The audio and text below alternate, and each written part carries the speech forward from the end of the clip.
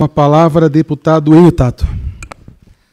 Cumprimentar o senhor presidente, senhores deputados, saudade dessa comissão aqui que eu pertencia, cumprimentar todos os assessores e cumprimentar o secretário Meirelles e falar que eu estou com saudade da época que o senhor era presidente do Banco Central e o Lula era presidente do Brasil. Tempos bons, pleno emprego, renda, e o povo vivia feliz. Senhor presidente, eu queria fazer um registro, mesmo porque eu fui dessa comissão, da gente tentar corrigir esse problema aqui na nossa Assembleia Legislativa, e o senhor como presidente, junto com os membros, que nós estamos aqui hoje para ouvir o secretário a respeito do primeiro quadrimestre de 2018, ou seja, de janeiro a abril de 2018. É um negócio até ridículo, né? Totalmente ultrapassado. Bom seria se a gente estivesse aqui discutindo o primeiro quadrimestre de 2019 e procurando saídas, soluções para resolver esse problema de desemprego do Brasil e no estado de São Paulo. Só para você ter uma ideia, já foi dado aqui quantidade de 3,7 milhões de desempregados no estado de São Paulo e 1,8, ou próximo disso, só na região metropolitana. Então a gente precisava estar discutindo, e eu acho que Vossa Excelência pode fazer muito bem isso, da gente atualizar um pouco. Até mesmo porque a gente percebe que as intervenções começam a falar da realidade atual e não lá do primeiro quadrimestre de 2018. Acho que o senhor pode fazer muito bem. Mas eu queria fazer 4 perguntas bem objetivas para eu valorizar os meus 10 minutos que tenho direito. O Ministério Público tem 5 minutos. Já me tirou 5, mas não é possível, presidente. Não é, Vossa Excelência não abrilhanta mais a comissão em questão dos 10 minutos. Só dos 5 agora, deputado.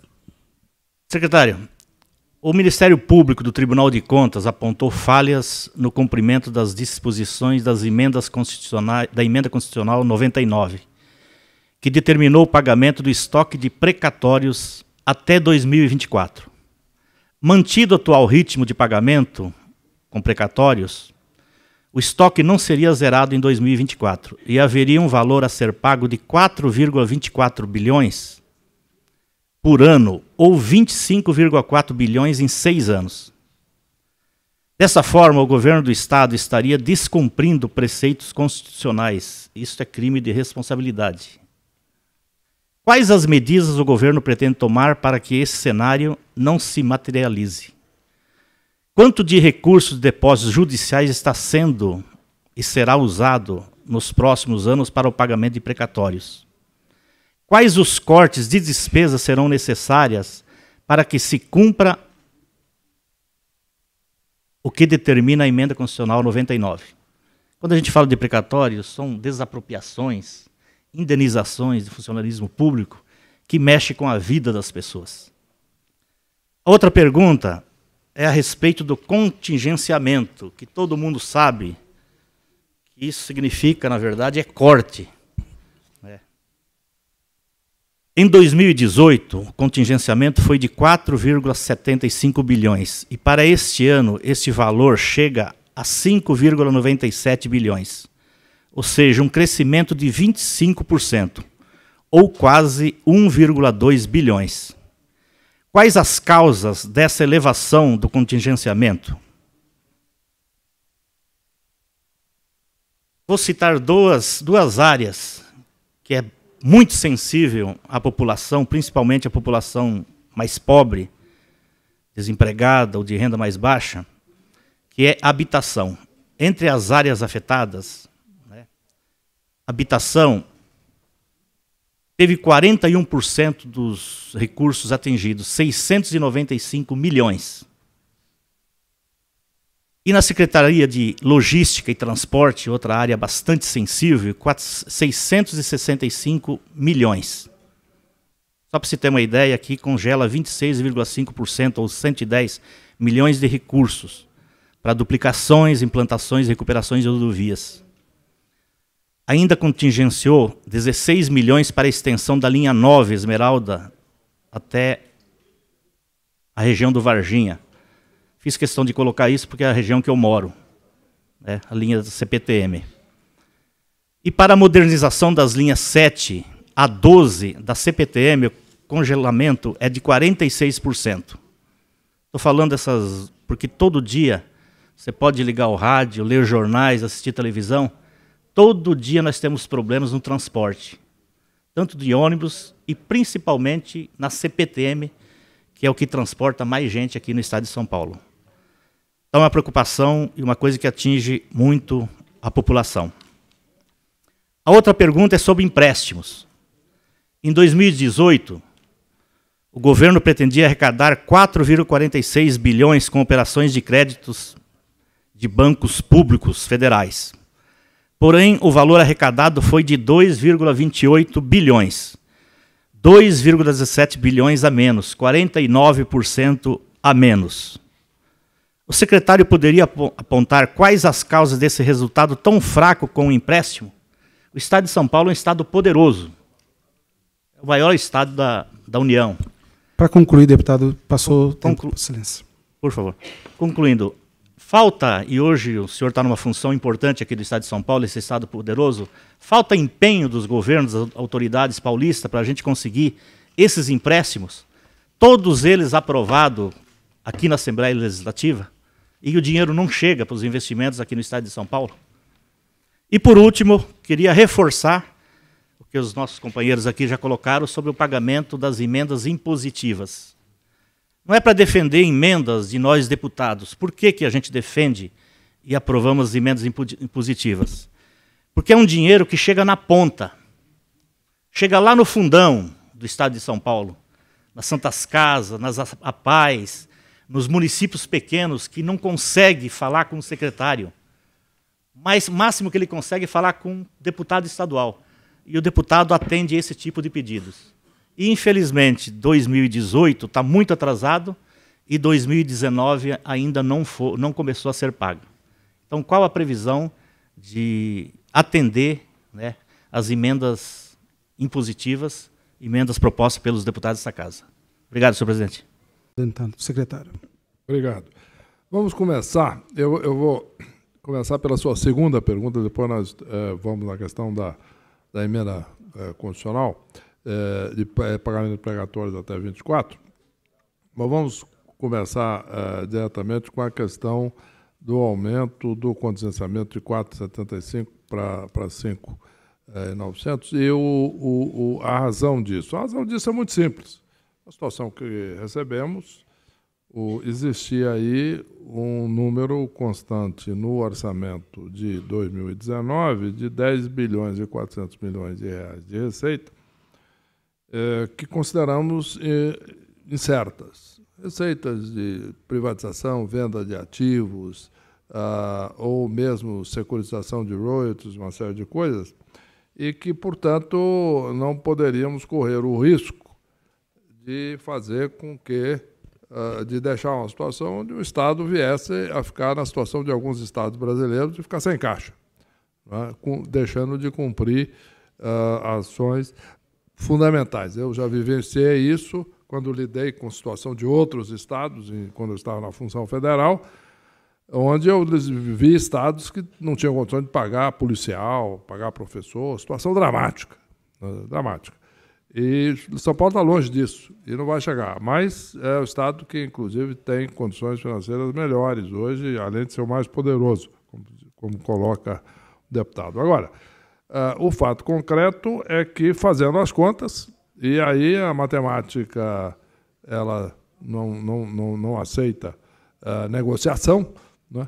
Nós temos aí uma situação onde existia esse déficit orçamentário de 10,4, resultado de receitas incertas. Poderiam vir a ocorrer ou não, nós consideramos que eram algumas delas improváveis. Permita, senhor secretário, só para ajudar.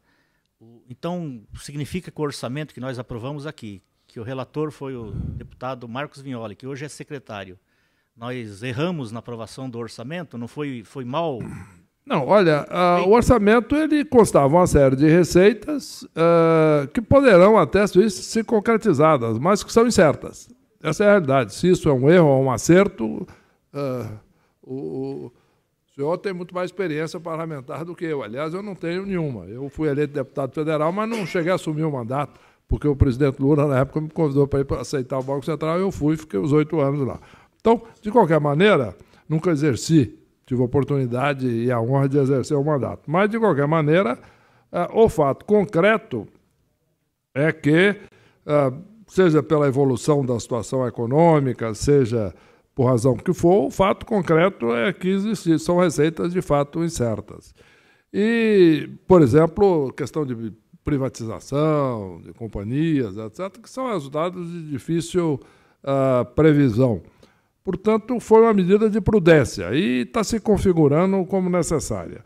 Agora, o porquê que houve esta evolução, evidentemente, a principal causa é a questão da evolução das despesas previdenciárias, porque essa é implacável. Essa vai subindo, subindo, e, como foi, inclusive, discutido aqui, o aporte do Tesouro já está em praticamente 20 bilhões de reais.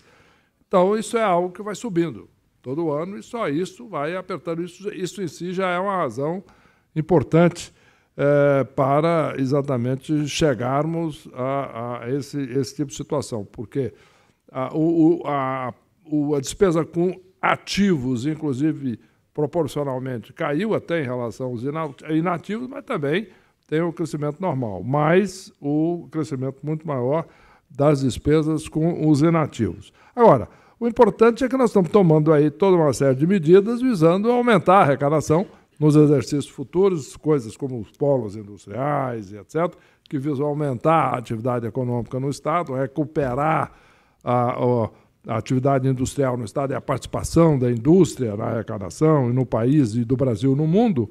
E, em consequência, nós temos aí uma recuperação da receita, além das medidas todas de fiscalização e etc., que estão em andamento. Então, são essas as medidas que, em última análise, devem e podem ser tomadas para que isso não ocorra no futuro, a necessidade desse contingenciamento. Sou totalmente solidário com a sua preocupação com as áreas contingenciadas, né? Não há dúvida. Eu vivo isso todo dia. Estamos lá conversando com cada secretaria, com cada situação, que estamos vendo lá, vivenciando essa situação que o senhor descreve todo dia. Mas o fato concreto é que o Estado não pode gerar recursos que não sejam aqueles previstos dentro das leis, da Constituição e etc. E não temos capacidade de imprimir recursos, obviamente. Em relação à questão da habitação, que o senhor mencionou, o transporte, tudo isso é resultado do que estamos vendo, né? Que é o fato de que foram preservados alguns setores, foi preservada a educação, preservada a saúde e segurança, e depois algumas partes importantes da cultura. Mas o restante, infelizmente, teve que ser contingenciado mesmo, porque alguém tinha que realmente participar do processo. A questão dos empréstimos, por que foi menos do que aquilo que poderia, ou que estava sendo previsto no governo anterior, o que eu posso lhe dizer é que houve, de fato, um certo contingenciamento maior dos bancos federais, né? O BNDES, por exemplo, que tinha tido uma expansão muito grande, desproporcional à capacidade da instituição e à capacidade de financiamento do próprio Tesouro Nacional. Para você ter uma ideia, o Tesouro Nacional tinha emprestado quase 500 bilhões de reais ao BNDES e tinha um déficit orçamentário enorme em função disso.